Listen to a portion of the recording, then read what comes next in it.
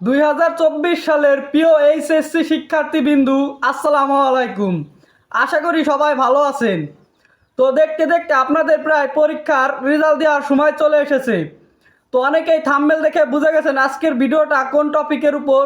তো আমি তারপরেও বলে দিতেছি, আজকের ভিডিওটা হচ্ছে আপনারা আপনাদের রেজাল্ট কার্ড আপনাদের হাতে থাকা স্মার্টফোন দিয়ে কিভাবে সবার আগে দেখবেন মার্কশিট সহ, এবং সেই রেজাল্ট কার্ডটি আপনি পিডিএফ আকারে আপনার মোবাইলে খুব সহজেই ডাউনলোড করে নিতে পারবেন।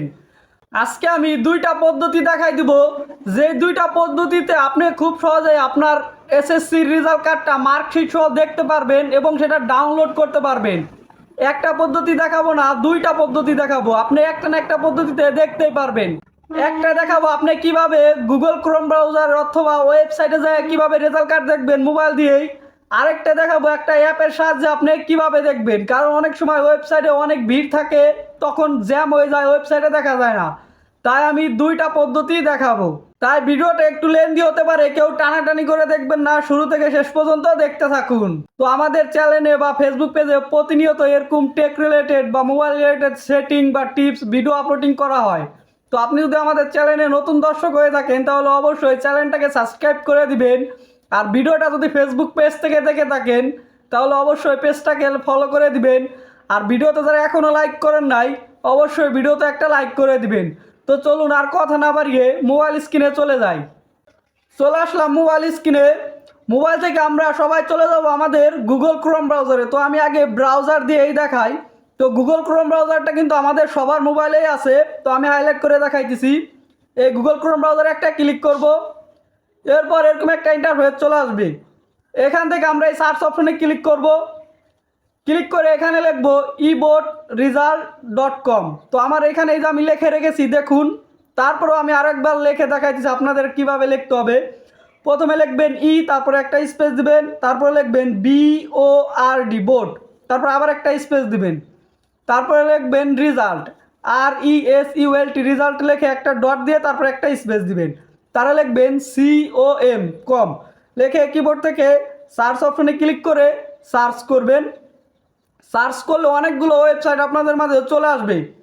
তার মধ্যে এখানে যে প্রথম যে ওয়েবসাইটটা আসবে এডুকেশন বোর্ড রেজাল্ট, এই যে এই ওয়েবসাইটটা, এখান থেকে আমাদের এই ফার্স্ট ওয়েবসাইটে একটা ক্লিক করতে হবে।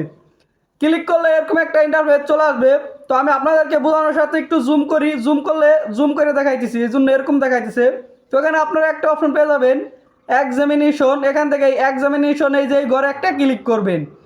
ক্লিক করলে এখানে আপনারা সব কিছু পেয়ে যাবেন। তো আমি যারা নাকি এমনিভাবে সরকারি কলেজ স্কুল থেকে বা মাদ্রাসা থেকে এসএসসি পরীক্ষা দিয়েছেন তারা এখান থেকে যে এসএসসি দাখিল লেখা এই অপশনটা সিলেক্ট করবেন।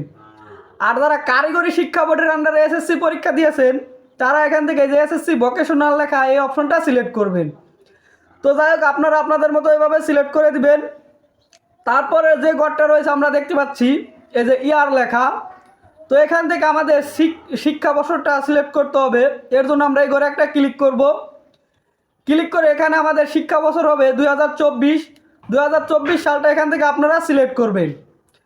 তো এখান থেকে 2024 সাল সিলেক্ট করে যদি আমি এখন দেই তাহলে কিন্তু রেজাল্ট কার্ড আসবে না, কারণ রেজাল্ট কার্ড তো এখনও প্রকাশ করে নাই। তো এখান থেকে আমি 2021 সাল দিয়ে দেখাইতেছি রেজাল্ট কার্ডটা আসলে আপনারা কীভাবে দেখতে পারবেন। তো এখান থেকে কিন্তু 2024 সালটাই সিলেক্ট করবেন আপনারা। আচ্ছা, তারপরে এখানে আরেকটা ঘর রয়েছে দেখতে পাচ্ছি এই যে বোর্ড লেখা, এখান থেকে এই ঘরে আমরা ক্লিক করব। ক্লিক করলে এখানে বরিশাল, চিটাগাং, কুমিল্লা, ঢাকা, দিনাজপুর, যশোর, এখানে প্রতিটা বোর্ডই আছে। আপনারা আপনাদের বোর্ডটা সিলেক্ট করবেন। তো এখানে যার যার বোর্ডটা সিলেক্ট করবেন। সিলেক্ট করা গেলে এরকম ইন্টারফেস থাকবে। তারপরে যে অপশনটা রয়েছে আমরা দেখতে পাচ্ছি এই যে রুল নাম্বার। এই ঘরে কিন্তু 6 ডিজিটের একটা রুল নাম্বার কিন্তু আমাদের সবারই আছে। এই রুল নাম্বারটা এই ঘরে বসায় দিতে হবে। এভাবে রুল নাম্বারটা বসায় দিবেন। তারপরে এখানে যে ঘরটা আমরা দেখতে পাচ্ছি রেজিস্ট্রেশন নাম্বার। তো আমাদের সবারই কিন্তু একটা রেজিস্ট্রেশন নাম্বার থাকে বা আছে অ্যাডমিট কার্ডে, সেখান থেকে আমরা সেই রেজিস্ট্রেশন নাম্বারটা এখানে লিখে দিব।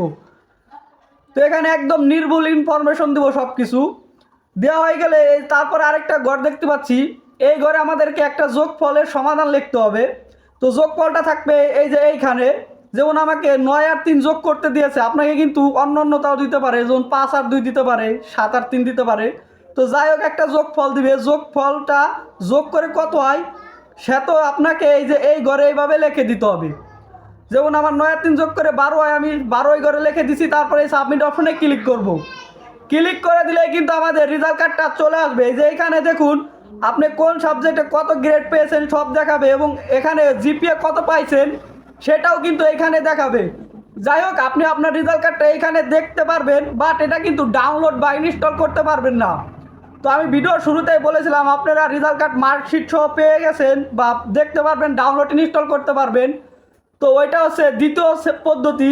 তো ওই পদ্ধতিটা আমি এখন দেখাইতে পারতেছি না বা রেজাল্ট কার্ডটা ডাউনলোড করে দেখাইতে পারতেছি না, এর জন্য আন্তরিকভাবে দুঃখিত। তো ওইটা যদি এখন এইটার সাথে যোগ করে দেখাইতে যাই তাহলে কিন্তু ভিডিওটা প্রায় 14 থেকে 15 মিনিট হয়ে যাবে, আর এত লং ভিডিও মানুষ সরাসরি দেখতেও চায় না।